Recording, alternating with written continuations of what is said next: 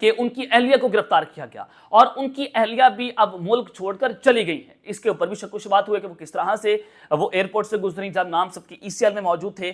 اب زین قریشی کا ایک ویڈیو پیغام جو ہے وہ سوشل میڈیا پر وائرل ہو رہا ہے اور اس پر زین قریشی صاحب جو ہیں وہ کہتے ہیں کہ آئینی ترمیم کے حوالے سے میرے خلاف جھوٹا پروپیگنڈا اور اسمبلی میں موجودگی کی غلط خبر کی میں تردید کرتا ہوں، خان صاحب کے ساتھ تھا ہوں اور ہمیشہ خان صاحب کے ساتھ رہوں گا۔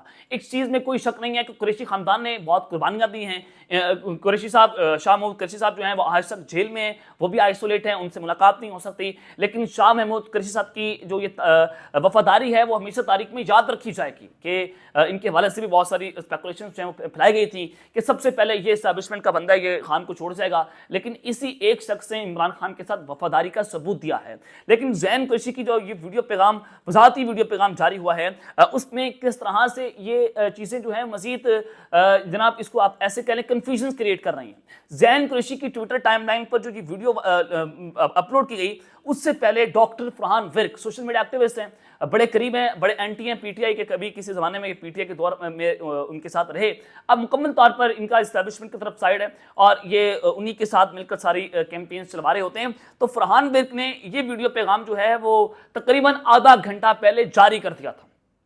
زین قریشی نے آدھا گھنٹہ بعد اپنی ٹائم لائن پر لگایا، اس سے پہلے یہ فرحان ورک کے پاس ویڈیو کس طرح سے آئی ہے، یہ وضاحتی پیغام جو ہے وہ فرحان ورک نے کس طرح سے پہلے شیئر کر دیا ہے، اس پر سوشل میڈیا صارفین تنقید بھی کر رہے ہیں، ویڈیو مخالفین کی اور ٹویٹ رفقہ پہلے کر رہے ہیں، اور جو ثابت کرنے کے لیے کافی ہے کہ آپ کس کی تحویل میں تھے۔ اب یہ ثابت کر رہا ہے کہ فرحان ورک کے پاس یہ ویڈیو کہاں سے آئی، اب زین قریشی صاحب کس کی تحویل میں تھے، کس نے ان کو اٹھا لیا تھا۔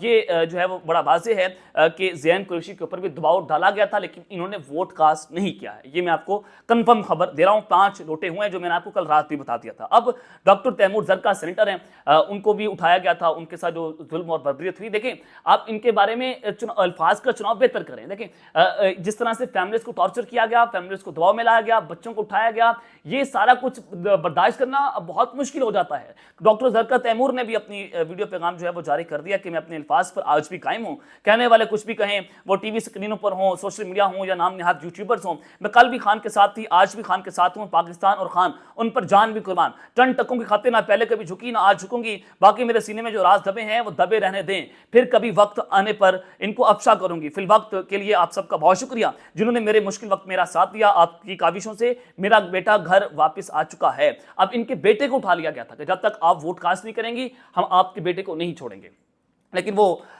مولانا فضل الرحمان صاحب نے سینٹ کے اندر ان کو ووٹ دیا حکومت کو، تو ڈاکٹر زرکا تیمور اور تیمور سلیم ان کے ووٹ کی ضرورت جو ہے وہ نہیں پڑی تھی، تو لہٰذا ان کی عزت جو ہے وہ بچ گئی۔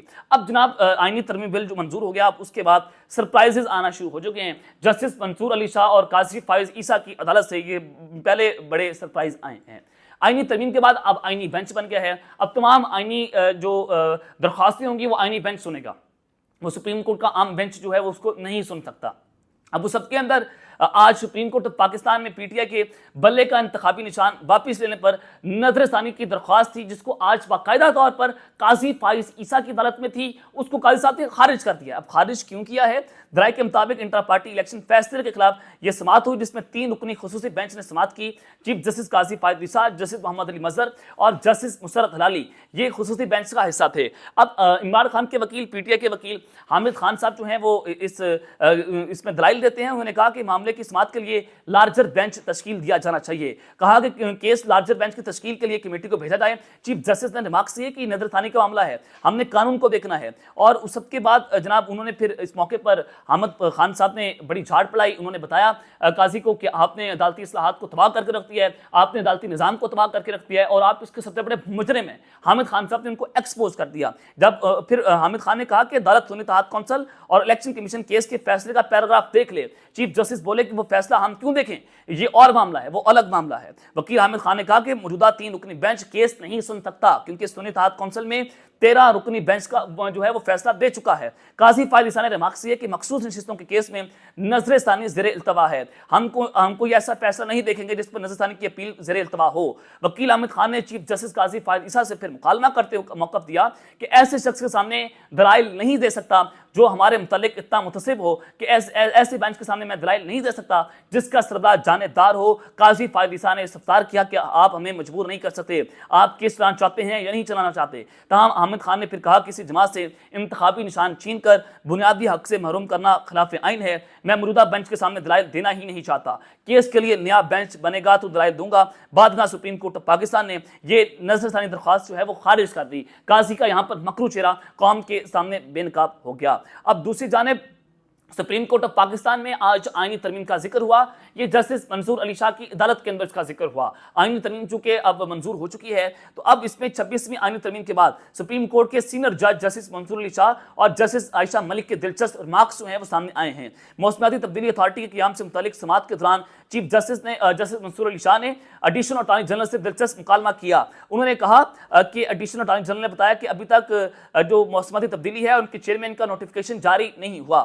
انہوں نے کہا کہ جسٹس منصور نے کہ اٹارنی جنرل کدھر ہیں، ایڈیشنل اٹارنی جنرل ان کو بلایا جائے، تو ایڈیشنل اٹارنی جنرل نے جواب دیا کہ اٹارنی جنرل گزشتہ رات مصروف رہے اس لیے نہیں آئے۔ اس پر جسٹس منصور علی شاہ نے مسکراتے ہوئے ریمارکس کیے کہ اب تو ساری مصروفیات ختم ہو چکی ہیں۔ معنی خیز مسکراہٹ تھی اور اب تو ساری مصروفیات ختم ہیں۔ عدالت نے کیس کی سماعت 2 ہفتوں کے لیے ملتوی کر دی اور آئندہ سماعت پر اٹارنی جنرل کو پیش ہونے کا حکم جو ہے وہ بھی جاری کر دیا ہے۔ اور اس حوالے سے ہائی کورٹ کے فیصلے کے خلاف اپیل پر سماعت کے دوران جسٹس منصور علی شاہ نے آئینی بینچ کا تذکرہ کیا۔ انہوں نے مسکراتے ہوئے سوال کیا کیا یہ کیس اب آئینی بینچ میں جائے گا یا ہم بھی سن سکتے ہیں؟ اب لگتا یہ ہے کہ سپریم کورٹ میں ہر روز اٹھے گا کہ کیس عام بینچ سنے گا یا آئینی بینچ سنے گا۔ اس پر وکیل فروغ نسیم نے بتایا کہ سیاسی کیسز اب آئینی کیسز بن چکے ہیں۔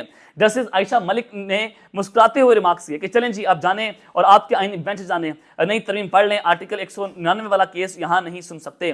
جسٹس منصور علی شاہ نے ریمارکس دیے کہ 3 ہفتوں تک کیس کی سماعت ملتوی کر رہے ہیں، تب تک صورتحال واضح ہو جائے گی، ویسے بھی ہمیں خود سمجھنے میں ذرا وقت لگے گا۔ یہ بڑا واضح آج جو ہے ان دونوں نے بڑی جو ہے معنی خیز مسکراہٹ سے بتا دیا ہے کہ اب یہ معاملہ جو ہے وہ تصادم کی جانب جائے گا اور یہ چیزیں بڑی خطرناک ترین صورتحال اختیار کر سکتی ہیں۔ اللہ تعالیٰ پاکستان کی حفاظت کرے۔ یہ تمام تر تفصیلات جو آپ کے سامنے رکھتی ہیں اب تک کے لیے اتنا ہی، اپنا خیال رکھیے گا اور اس سے اپنے ناس بھی خیال رکھنا ہے۔ اللہ نگہبان، پاکستان زندہ باد۔